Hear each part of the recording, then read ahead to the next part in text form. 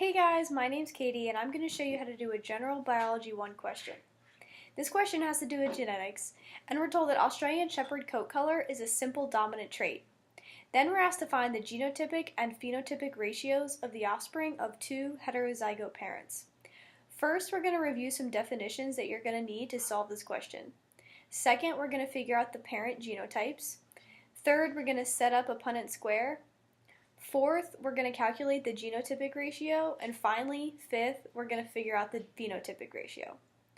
Alright, so first, an allele is just an alternative form of a gene. So in this case, there are two different alleles or two different genes that are going to be playing a role here. So the dominant allele, which is denoted with an uppercase B, is going to code the proteins for a black coat color. The recessive allele, which is denoted with a lowercase b, is going to code the proteins for a brown coat color. The genotype is just the genetic composition of the animal, and I'm sure you've all seen genotypes written out before. So there are going to be three different possibilities for these alleles. There's going to be a heterozygote and two homozygotes.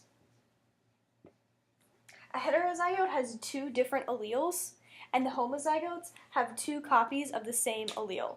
So this is going to be a homozygous dominant because it's got two copies of the dominant allele, and this is a homozygous recessive because it's got two copies of the recessive allele. A phenotype is just the physical expression of the genotype, and since this is simple dominance, this is going to be really easy to figure out.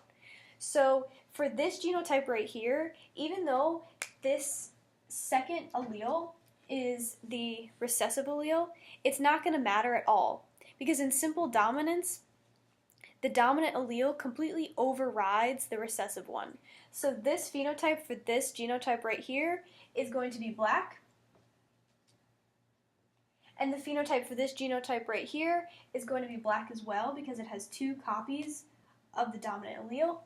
This phenotype is going to be brown though, because since there are two copies of that recessive allele, it's finally going to make a difference. It's finally going to actually get to participate.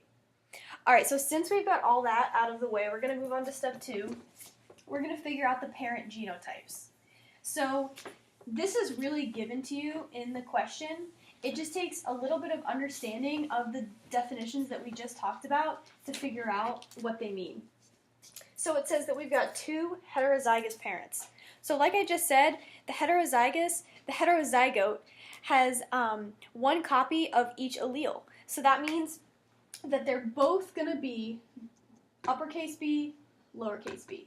So you're going to be crossing this guy with one of the same. Cool? Alright, so step 3, we're going to set up our Punnett square. So all you're going to do is you're going to take this genotype right here, you're going to put it on the top, and you're going to take this genotype right here, and you're going to put it along the side.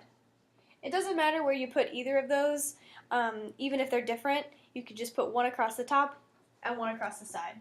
Now you can go ahead and fill in your little grid if you want, and we can get started. So just for argument's sake, I'm going to say that this genotype up here is the mom, and I'm going to say that this is the dad.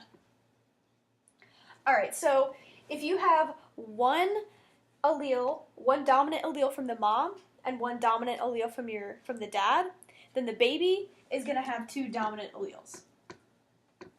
If you've got one recessive allele from the mom, one dominant allele from the baby, or from the dad, your baby is going to be a heterozygote. If you have a recessive allele from the dad, a dominant from the mom, you're going to get another heterozygote. And finally, if you've got two recessives from both parents, you're going to get a homozygous recessive. Alright, so these are all of our possible genotypes. Now to calculate the genotypic ratios, we're just going to put some numbers to it. So since we have 4 potential babies, or gametes, everything is going to be out of 4. So for this first one up here, for the homozygous recessive, he only comes up once in our table, so he's only going to be 1/4 of the possibilities. So 1/4, big B, big B. The heterozygote, though, comes up twice, so he's going to be 2/4 of the possibilities. If that fraction bothers you, you can reduce it. It really doesn't matter.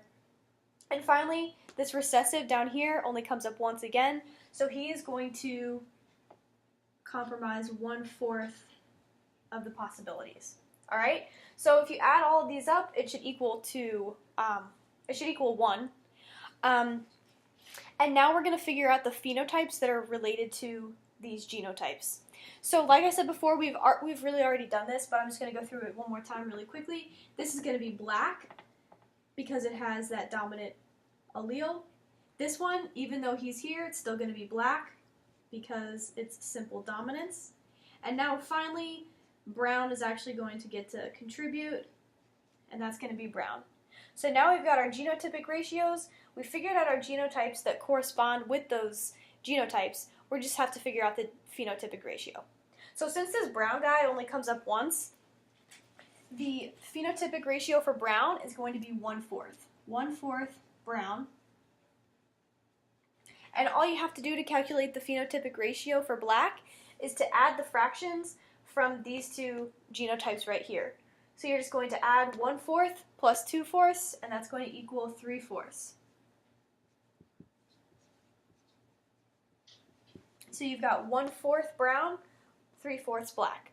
That means that if you were to have like a litter of puppies, and if you had exactly 4 puppies, you would expect to have 1 brown puppy and 3 black ones. And you can use these ratios to predict a lot of different things. So if you were to have a litter of 8 puppies, you would expect to have 2 brown puppies and 6 black puppies.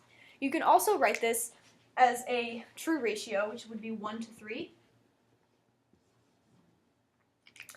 And there you go, that's it. So to review, first, we defined some key terms that are really crucial in your understanding and figuring out this question. Second, we figured out the parent genotypes. Third, we constructed a Punnett square and figured out the potential offspring genotypes. Fourth, we calculated the genotypic ratios of those offspring. And fifth, we figured out the phenotypes and the phenotypic ratios. I hope this video helped. If you have any questions or are still confused about any of the concepts discussed in this video, you should review the definitions at the beginning, constructing a Punnett square, and calculating genotypic and phenotypic ratios. Thank you so much for watching.